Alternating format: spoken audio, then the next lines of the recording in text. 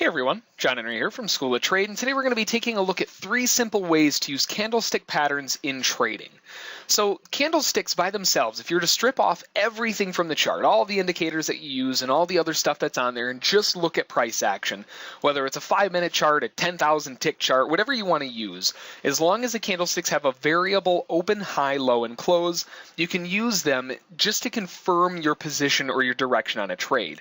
And they can actually tell you a huge amount of information just looking at the candlesticks. So taking a look at the candlesticks, there's a couple different ways you can look at them. Yes, you can use patterns like dojis and haramis and all these different candlestick patterns, but in reality, if you break it down and you look at the candlestick patterns themselves, it really comes down to looking at candlesticks in basically 2 different ways. You either have a trending candle or a non-trending candle. And that's really all you have. Yes, if you combine a couple of them, you can have, ranges of consolidation or, a few different areas like that. But in reality, looking at candlestick patterns, they're either trending or non-trending candles. And that's really all there are. You can add whatever fancy name you want on them, but it's not necessarily the name of the candlestick that makes it important, more so where, the open, high, low, and closes end up on those actual candles. So taking a look at a couple examples here of candlestick patterns, you really want to find, when you're getting into a position, whether it's long or short, you want a candlestick that confirms your direction. So if you're looking to get short, you want a bearish confirmation candle, or if you're looking to get long, you want a bullish confirmation candle. You don't want to go long against a bearish confirmation candle because that doesn't make any sense. So as an example, looking back a little bit earlier here on crude oil, we can see a few things happened here. We had this little bit of a sell-off that kind of came down and brought prices a little bit lower here, where then prices were picked back up off of these lows. And there's a lot of clues that this was going to happen. Along the way down, when we started reaching into these highs here, we had a lot of wicks on the highs. And we could see that every time the bulls started coming in and really trying to drive price higher, it was rejected. Now, along with that, in this area up at the top here, we also had a lot of wicks at the lows. And that gives us another big heads up that this is more just kind of a consolidation area. We're not really trending. In reality, we're not really going anywhere as of yet. But if we look at this area here and we zoom in a little bit on it here, we can do a couple things with this. And let me get my crosshair out of the way. There we go. So we can do a few things with this area. Now, we moved into this consolidation area pretty much after this candle formed. And from there, we just basically chopped around for a little while. Now, what we can do with this area is called candlestick math. And you can crunch these candlesticks together to try to figure out in the long term how this actually looks. And the way to do that is just to simply add up the beginning point and the end point and just combine them into one big candlestick. So as an example, the open was right here on that bullish candle that came across. The close, when we started actually breaking out of this consolidation area, was really this one right here, was that candle. You could also argue that candle, even this candle down here if you wanted to, but really the first candle that really dug out of this consolidation and stuck was this one right there. So what we'll do is we'll use that candle's close, and we'll just draw a box from that close to our open line, and now we've got the body of the candle. So if you were to fill this in with, say, red, because the open and the close, the way that this actually trended in direction is a bearish candle. So this whole inside of this candle will just be a big red candle right here. So we'll just fill that in with red to make it easier there. Now, along with that, looking at the overall move itself, we also have wicks, right? Candlesticks have highs, lows, opens, and closes. So we need to measure the highs as well. So we'll go from the middle of it, and we'll just go up to the high point of the wick, which happened back there. So that's the wick high. And if we look on the lows, it was really just that one low down there. So we can just draw a wick to the lows down there. And now what we're left with, if we zoom out a little bit, is a bearish candle. Yes, this area was a full area of consolidation, but the tendency of that entire area or direction was bearish. And that gave us a big heads up that we should expect to see price react similarly to the fact that we didn't really have a whole lot of wick on the bottom, a lot of wick on the top, and we're seeing rejection from the sellers at these highs. We should see price fall off from that location. So yes, even though this whole area was an area of consolidation, we could see that ahead of time we would expect prices to fall more so than rise. Now, as we fell down here, what did we start to see? We had a couple bearish trending candles, and what I mean by bearish trending candles is something like this, where there's not really a lot of wick.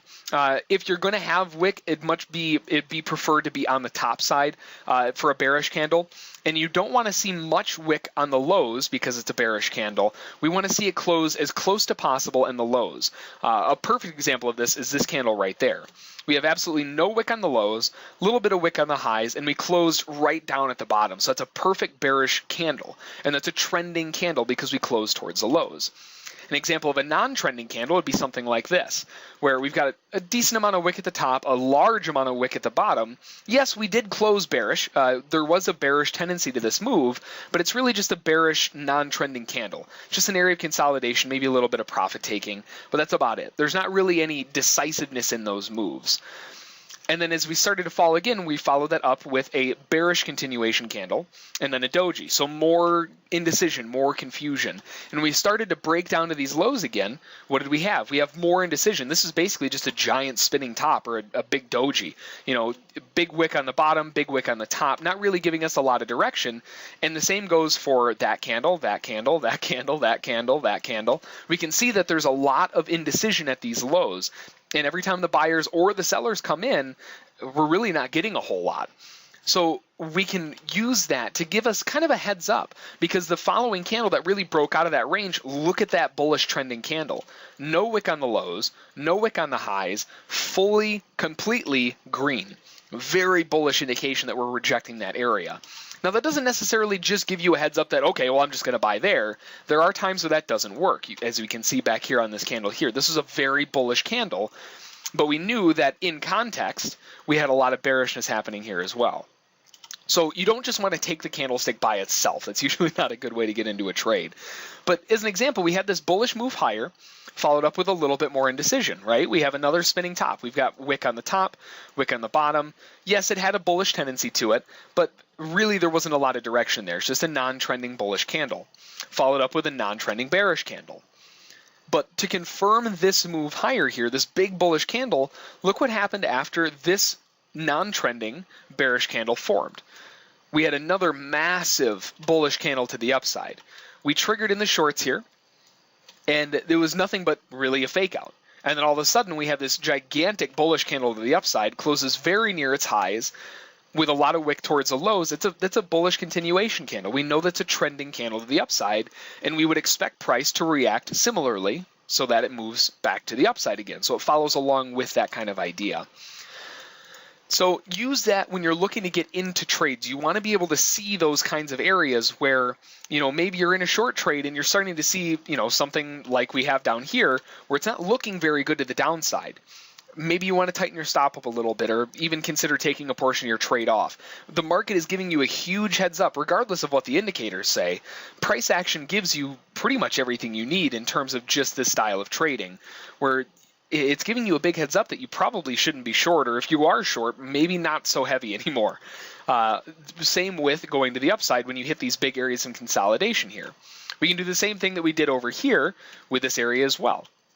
So really, we moved into this consolidation area, really right there, even the last burst up on this candle here.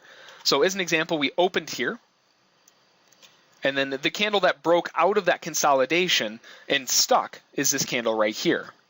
So we know that the close is down there, so we'll just match those up together, and now we have our body. So again, you can do the same thing. Just this one ended red because we opened higher than we closed. So we'll just fill this in with a little bit of red here. And now looking at the overall wicks on both sides, we have a wick at the bottom and a wick off of the highs all the way up here.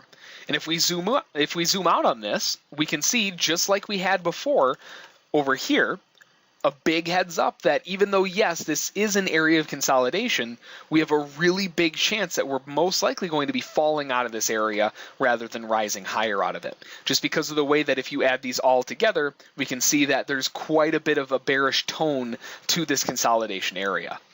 So it's just kind of a way that you can look and kind of, give yourself more confirmation of an actual trade, regardless of the pattern that you're looking for, whether it's a flag pattern or a wedge or, whatever the pattern is. You can use these candlesticks to give you a big heads up.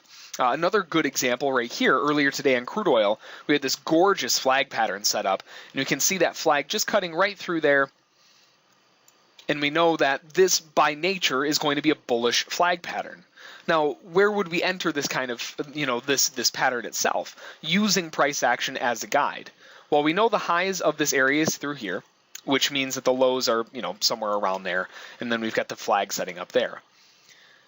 If we're looking at the candlesticks, this one isn't really a very good candlestick to enter on. That's the start of it. That's more of a doji if a spinning top. We've got a big doji here with lots of wick towards the bottom. Another spinning top, another spinning top. It is bearish, and we did close negative, but you can see the amount of wick that we had at the lows here. There's quite a bit of bullishness in that bearish candle. And then the confirmation candle is this guy right here. Not very big candle. It doesn't have to be very big, but it depends on where it opens, goes up to and goes down to, and where it closes. And we can see here that if we were to draw this flag up, that does close outside of the flag, and it's a very bullish continuation or trending candle, right? We've got no wick on the highs, we've got a decent amount of wick at the lows, and it's all green. A very bullish continuation candle, and you can see it was followed up and met in that regard. It reacted very bullishly as soon as that broke out.